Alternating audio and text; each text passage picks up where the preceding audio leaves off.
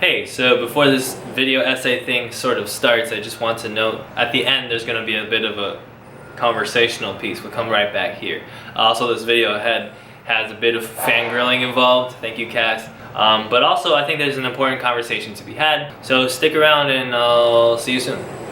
Hey, baby gang. Have you heard the good news? Recently, the good prophet Joba of the Brothers of Brockhampton vocalized interest in collaborating with the Brothers banghampton of South Korea. Salvation may be on its way after all. So here's a clip of Joba from Brockhampton talking with Ryan Seacrest on his show Direct from Hollywood. All of us are really talented guys over there at Brockhampton. I think all the guys over there at BTS are really talented. You know, if a translator's present and the heartstrings are being pulled, you know, I don't see why, you know, something great could come out of that.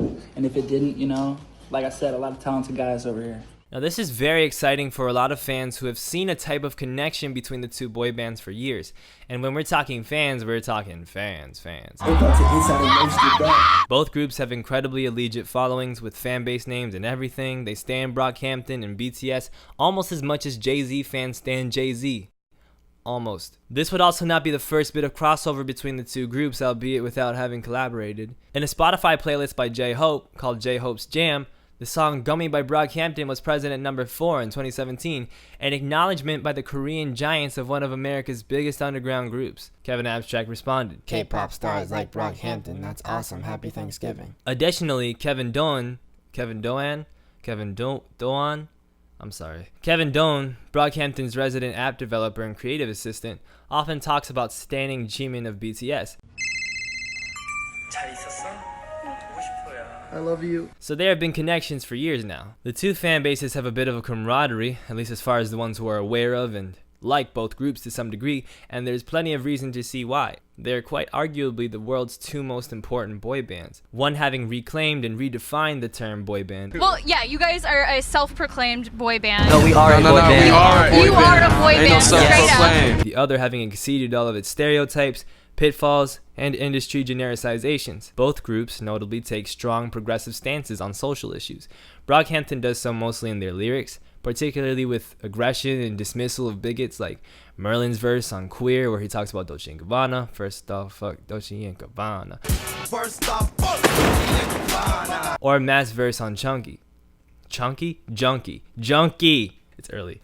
Respect my mother, respect my sisters, respect these women, boy. BTS also addresses social issues in their lyrics, and when they do, it's on songs like Paradise or No More Dream that often take sunnier dispositions but still encourage audiences to rethink social norms in order to live their lives with peace and happiness. BTS has also made numerous public statements supporting things like gay marriage, Muslim rights, and more. Both groups lean on each other in terms of their members in ways that rebuke traditional notions of toxic masculinity. Like our relationships in the group, the fact that we're able to be so transparent not only on the music but like with each other. Within the groups you have evident friendships and bonds. That takes practice, obviously. And you know, we've had a lot of practice together doing stuff like that, and that like has helped us all.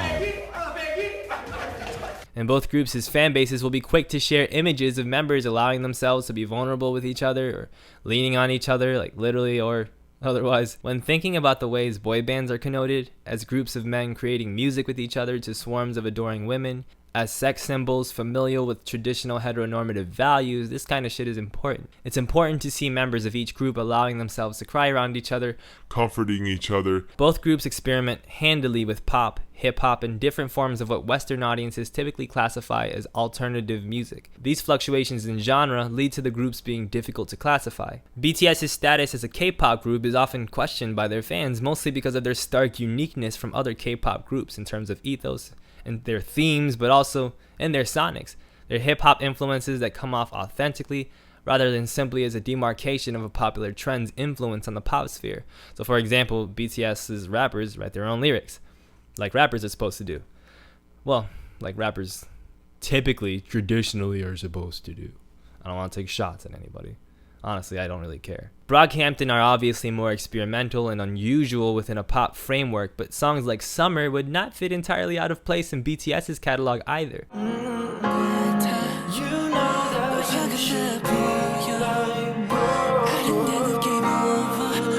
It's for this reason that Brockhampton are, in addition to being a boy band, a hip-hop group, but also a pop group, but also something of an indie band. The similarities seem bountiful. Both groups have created trilogies in their album catalog.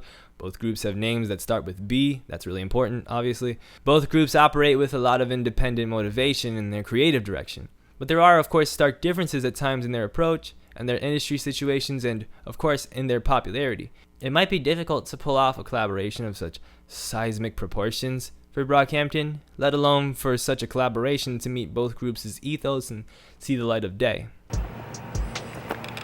And we're back. So I hope that video was kind of fun or entertaining or informative for you about the similarities between both groups. I've noticed that within the Brockhampton community, there are some reservations about K-pop stans and stuff, and generally about the way that certain groups of fans identify with Brockhampton as opposed to what the hardcore fans sort of think. And I think what's important in terms of the dialogues that we have here at Baby Gang is that we talk about things that sort of bridge us together. Because there are a lot of things that bridge us together, and there's a lot of things that we don't necessarily understand about each other in terms of our music or in terms of what we like to do, but that can unify us as long as we take our time to be patient and understand each other. So if you're a Brockhampton fan and you've always thought about K-pop or BTS in a certain way, I think BTS really stands out as a group you should check out. Right now we're in a time period where we could really use some more unity, and we could really use some more people understanding each other, whether it be stan bases or whatever. I guess that's all I wanted to say. I just wanted to ramble about some kumbaya bullshit. You should check out the rest of our videos, and let me know what you think about both groups in the comment section below. Let me know if this video was cool. Let me know if we should do more videos like this. And let me know what you think of Nicole's Tame Impala shirt. Come on, Nicole, show us the Tame Impala shirt. It's a long sleeve, right?